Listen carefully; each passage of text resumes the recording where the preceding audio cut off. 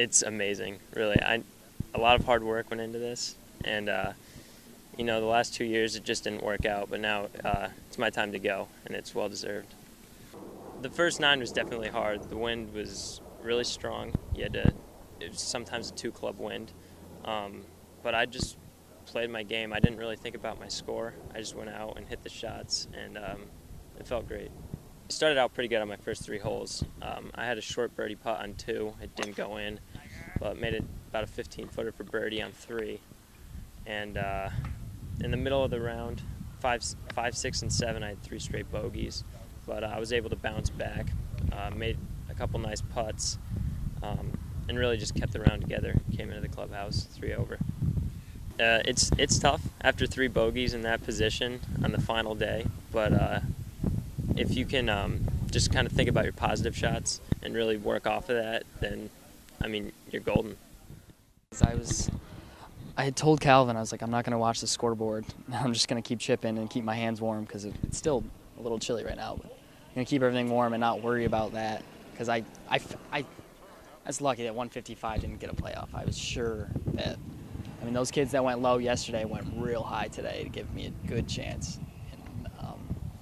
So I was sure that 155 was going to be a playoff, so I just kept telling myself, well, your putter's real hot, keep it hot. So I just kept putting and putting, and then Calvin comes over, and he kind of played with me a little bit. He goes, I don't know, man, I think you're out. And then he just says, he gave me a big hug, because me and Calvin know each other. We played a lot together throughout the season.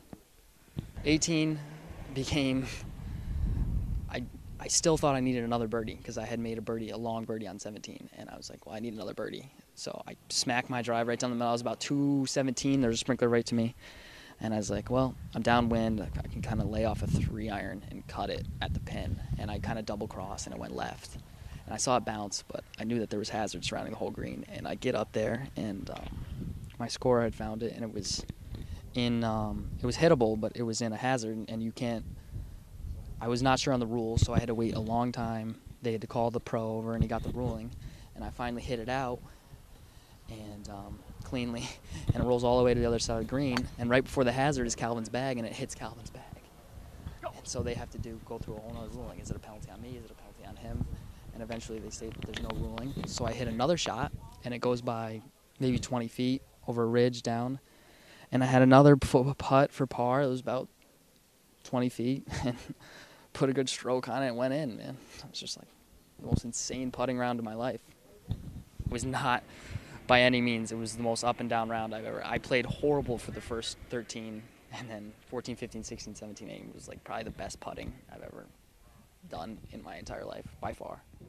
It's a very special opportunity. Many of the college coaches show up there, even if you're a senior, if you're not, if you haven't selected a school yet, there are some college opportunities there for some of the golfers. And so that is nice to be able to go there, to compete with everybody else.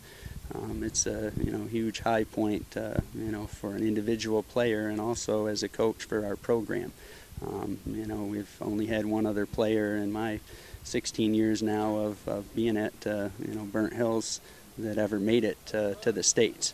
And so for Tom to be able to do that and finish off the fall season, I would say in style, I couldn't be any prouder of him. And I'm sure that everybody back at the school and the rest of his team is going to be just as ecstatic as we both have been today.